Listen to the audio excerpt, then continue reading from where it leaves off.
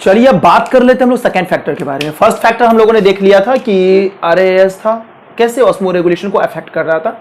अब हम लोग सेकेंड फैक्टर को देख लेते हैं जो कि है एएनएफ, वो कैसे ऑस्मो रेगुलेशन को अफेक्ट करता है। तो जो हमारा एएनएफ है, एएनएफ मींस होता ये है आर्ट्रियल नाइट्री यूरेटिक फैक्टर। ठीक है, ये जो स्पेशल टाइप का फैक्टर है ये क्या करता है, ऑस्मो रेगुलेशन को अफेक्ट करता है। ऑस्मो रेगुलेशन किस तरह से अफेक्ट करता है, तो ये काम करता है एंटागोनिस्टिक की तरह। एंटागोनिस्टिक की तरह काम करता है। एंटागोनिस्टिक होता क्या, ये पहले एक लाइन में समझ लीजिए। अगर मान लेते हैं कि कोई एंजाइम जिसका काम है किसी चीज के रेट को इंक्रीज करना, यानी कि किसी चीज के रेट को इंक्रीज करना, यानी हमारे हार्ट बीट को इंक्रीज करा, सिंपल सा एग्जांपल है, मान लीजिए इंक्रीज करा, तो एंटागोनिस्टिक क्या करेगा, उस एंजाइम के एक्टिविटी को स्लो कर देगा। यानी कि जो एंजाइम स्पेसिफिक ए एंजाइम है जो कि हार्ट के रेट को इंक्रीज कर रहा है, तो एंटागोनिस्टिक आया और ए एंजाइम का जो अपना एक्टिविटी था या उसके जो इफेक्टनेस थे उनको ही स्लो कर दिया गया है कि अब वो जो हार्ट बीट को इंक्रीज कर रहा था अब वो नहीं करेगा। ठीक है, यानी कि हार्ट बीट स्लो हो जाएगा ऑटोमेटिकली। तो ये चीजें यानी एंटागोनिस्टिक ठीक अपोजिट काम करने में ये हेल्प करता है। तो एंटागोनिस्टिक किसके एंटागोनिस्टिक में, तो जो आरएएस का जो फंक्शन था, आरएएस का काम क्या था कि वो हाइपोटोनिक जो यूरिन है उसके फॉर्मेशन में हेल्प करता था। तो उसको क्या करेगा, आरएएस के एंटागोनिस्टिक में ये क्या करेगा, हेल्प करेगा। इनकी एक्टिविटी को, ये जो इनका जो एक्टिविटी है आरएएस का, उनकी एक्टिविटी को स्लो कर देगा।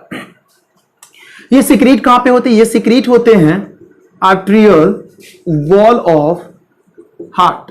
हार्ट के जो आर्टरी वाले वॉल होते हैं, आर्ट्रियल वॉल होते हैं, वहां पर में जो है ये सीक्रेट होते हैं आर्ट्रियल वाले वॉल पे। अब ये सब चीजें हम लोगों ने देख लिया है किस तरीके से जो है सो ये हमारे लिए अफेक्टिव कर रहता है और ऑस्मो रेगुलेशन में कैसे हेल्प करता है। अब इनके प्रोसेस को हम लोग देख लेते हैं एक एक करके। अब देखिए होता क्या है बॉडी में, जैसे बॉडी में क्या होगा, volume of body fluid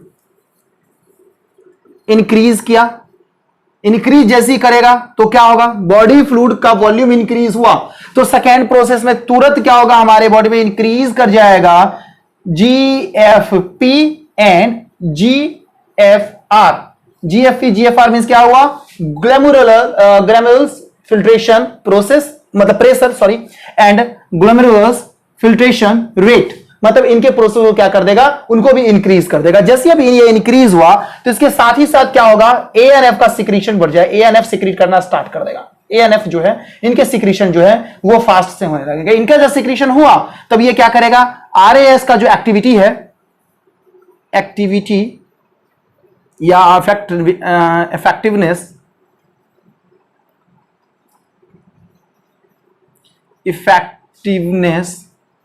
of RAAS will be slow। अब ये जैसी स्लो हुआ तो क्या होगा, सोडियम का, ये RAS का, ये तो सोडियम का जो हमारा एब्जॉर्प्शन था, सोडियम का एब्जॉर्प्शन इन कलेक्टिंग डक्ट, ये भी स्लो हो जाएगा, ये भी स्लो हो गया। अब ये जब दोनों चीजें स्लो हो गई तो क्या होगा, वाटर जो होगा, वाटर का एब्जॉर्प्शन नहीं हो पाएगा, वाटर एब्जॉर्प्शन भी स्लो हो जाएगा। वाटर एब्जॉर्प्शन स्लो हो गया तो अब क्या होगा कि हमारा जो यूरिन है, यूरिन में वाटर का कंटेंट ज्यादा होगा, और जैसे वाटर कंटेंट बढ़ा यानी कि सॉल्यूट कम है, तो वाटर कंटेंट बढ़ा तो सॉल्यूट कम होने के चांसेस हैं, तो वो तब हमारा यूरिन हो जाएगा हाइपोटोनिक। इस तरीके से जो है हमारा एएनएफ वर्क करता है। एएनएफ का काम है कि जो एंटागोनिस्टिक की तरह काम करता है, ये सीक्रेट होता है हार्ट के आर्ट्रियल वॉल से। ठीक है, अब ये क्या करेगा कि ये जो है आरएएस का जो इफेक्टिवनेस है उसको स्लो कर देता है, जिससे ब्लड का जो वॉल्यूम हमारा इंक्रीज था उससे जो फिल्ट्रेशन रेट भी इंक्रीज हुआ हमारा, और एएनएफ का सिक्रेशन होने के बाद आरएएस का जो इफेक्टिवनेस है वो कम हुआ, और बाद में जाकर के क्या हुआ, जो एब्जॉर्प्शन का रेशियो था या जो रेट था हमारे कंट्रोलिंग या जो कलेक्टिव डक्ट का, कलेक्शन डक्ट का, वो कम हो गया। अब वो कम हुआ तो वो क्या हुआ, वहां पर में जो रीअब्जॉर्प्शन का जो प्रोसेस था वाटर का वो भी कम हो गया, क्योंकि हाइपर से हाइपो की तरफ, तो हाइपो से हाइपर की तरफ या हाइपर से हाइपो की तरफ जो होने वाला प्रोसेस था वो तो होना ही नहीं है।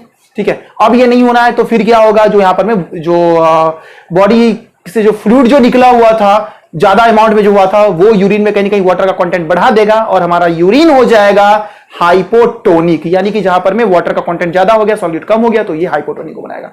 तो इस तरीके से हम लोगों ने इसका प्रोसेस देख लिया। अब हम लोग देख लेते हैं क्या कि ओवरऑल कितनी चीजें थी कि जिन्होंने अफेक्ट किया है, या कितने फैक्टर्स है जिन्होंने अफेक्ट किया है रेगुलेशन को।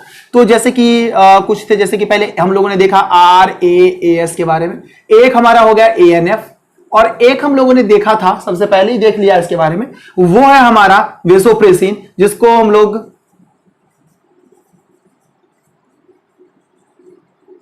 ठीक है ADH बोलते हैं, एंटी डायरेटिक हार्मोन।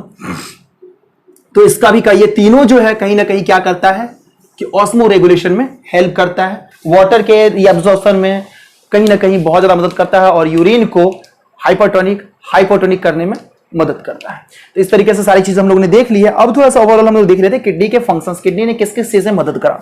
तो किडनी के फंक्शन अगर हम लोग देख लेते हैं,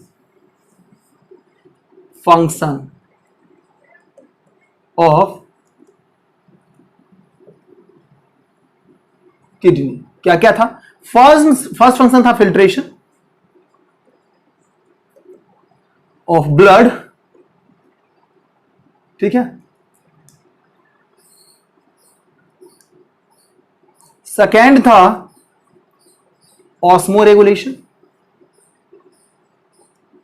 थर्ड था, एक और चीजें मैंने बताई थी जब मैंने सर्कुलेशन में पढ़ाया था, तो उसमें बताया था मैंने कि ये क्या करता है कि एक स्पेशल टाइप का हार्मोन सीक्रेट करता है जिसका नाम है एरिथ्रोपोएटिन। एरिथ्रोपोएटिन ये हार्मोन क्या करेगा, ये क्या करता है, स्टिमुलेट करता है रेड बोन मैरो को और आरबीसी के फॉर्मेशन के लिए हेल्प करता है। और रेड बोन मैरो जैसे ही हुआ एक्टिवेट करा, इसको स्टिमुलेट करता है और ये आरबीसी का फॉर्मेशन करना स्टार्ट कर देता है, इसको स्टिमुलेट करेगा। तो ये किडनी के द्वारा सीक्रेट होता है एरिथ्रोपोएटिन, ठीक है। तो इस तरीके से ये सब सारी चीजें, ये सब सारे हम लोगों ने देख लिया है प्रोसेस को। और इस प्रोसेस को देखने के बाद जो है अब हम लोग नेक्स्ट टॉपिक की तरफ मूव करते हैं, ठीक है। जैसे कि हम लोग यहां पर में अब देखने वाले हैं कि कैसे जो है कुछ ऑर्गेनिज्म जैसे कि मरीन वाले हैं या कुछ फ्रेश वाटर होते हैं, उनमें ऑस्मो रेगुलेशन जो है सो कैसे होता है, कैसे वो मेंटेन करते हैं अपने ऑस्मोटिक वैल्यू को अपने बॉडी के अंदर।